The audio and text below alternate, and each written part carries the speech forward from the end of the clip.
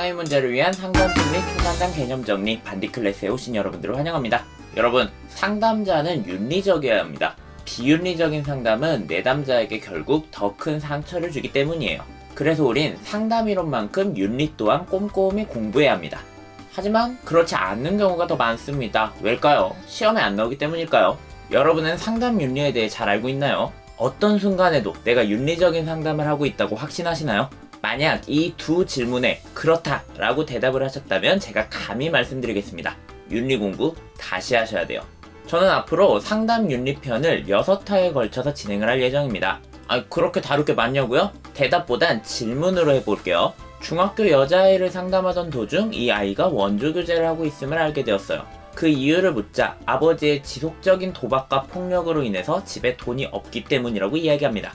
학대 사실을 알게 된 여러분에게는 신고의 의무가 주어집니다. 사전 동의서도 내담자의 안전을 위해선 비밀보장 원칙을 깰 수 있다. 미리 받아놨고요. 근데 이 아이가 이렇게 말하네요. 선생님 제발 말하지 마세요. 경찰에서 조사받다 보면 제가 원조교제하고 있는 거 들키게 될 거예요. 그러면 저 이제 상담도 못 오고요. 아빠한테 더 세게 맞을 거예요. 자, 이런 경우에 상담사가 내릴 수 있는 윤리적인 판단은 과연 무엇일까요?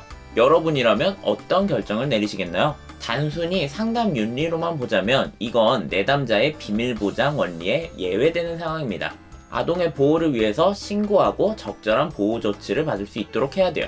하지만 내담자의 안녕을 따진다면 어떤 게 좋은 방법인지 쉽게 판단할 수가 없어요. 이게 바로 상담 윤리를 단순하게 외우거나 그렇구나 이러고 단순히 넘어갈 게 아닌 이유예요. 윤리 규정마다 담고 있는 의미가 무엇인지, 중요하게 여기는 게 무엇인지를 알아야 현실의 상황 속에서 어떻게 적용할 수 있는지를 알 수가 있습니다. 자, 윤리 공부의 필요성 이제 좀 와닿으신가요? 그럼 본격적으로 시작할게요. 상담사 대 내담자 관계로 앉아있을 때 내담자 입장에서 상담사는 전문성을 가진 신뢰로운 사람이에요. 말 한마디, 행동 하나하나에 담긴 의미가 그 무게가 다르다는 자각을 하고 있어야 됩니다. 여러분이 배가 아파요. 근데 친구가 야, 배 아플 때는 눈 위로 치켜뜨고 혀를 내밀고 오른쪽 뺨을 왼쪽 손으로 찌르면 된대. 만약 이러면 뭔 개소리야 이럴 거지만요, 의사 선생님이 그러라고 한다면 하실 거잖아요. 이게 전문성이 가지고 있는 위험성이에요. 상담사는 자기 언행이 윤리적인지 아닌지를 항상 고민해야 됩니다. 그렇지 않다면 언제라도 내담자에게 피해가 갈 수 있어요. 이런 말이 있습니다. 윤리적 상담은 내담자에게 이익이 되는 반면 비윤리적인 상담은 상담사에게 이익이 된다. 저는 이게 상담에서 윤리가 필요한 이유를 핵심으로 담고 있는 말이라고 생각을 해요. 상담 윤리의 핵심은 첫째, 내담자의 권리 옹호. 둘째, 내담자의 정신건강 증진. 셋째, 상담사의 자기보호입니다. 내담자를 위해서 필요하고 그거를 지켜야 상담사도 자기 자신을 보호할 수 있어요. 그러니까 아까 말씀드린 중학교 사례에서 윤리 규정에 뭐라고 써있지? 이게 아니라 어떤 방향이 내담자를 존중하면서도 내담자를 보호할 수 있을까? 이걸 고민해야 돼요. 키치너가 제시한 윤리원칙 5가지를 들으면 이게 조금 더 이해가 되실 건데요. 첫째, 자율성 존중. 모든 개인의 선택은 타인으로부터 강요되어서는 안 되며 스스로 선택할 수 있는 자유를 보장받아야 된다. 동시에 스스로의 선택에 책임을 질 수 있도록 해야 된다. 자, 이게 무슨 말이냐? 내담자의 의지가 무엇인지, 내담자가 스스로 한 선택에 책임을 질 수 있는 상황인지 이거를 판단해야 된단 말이겠죠?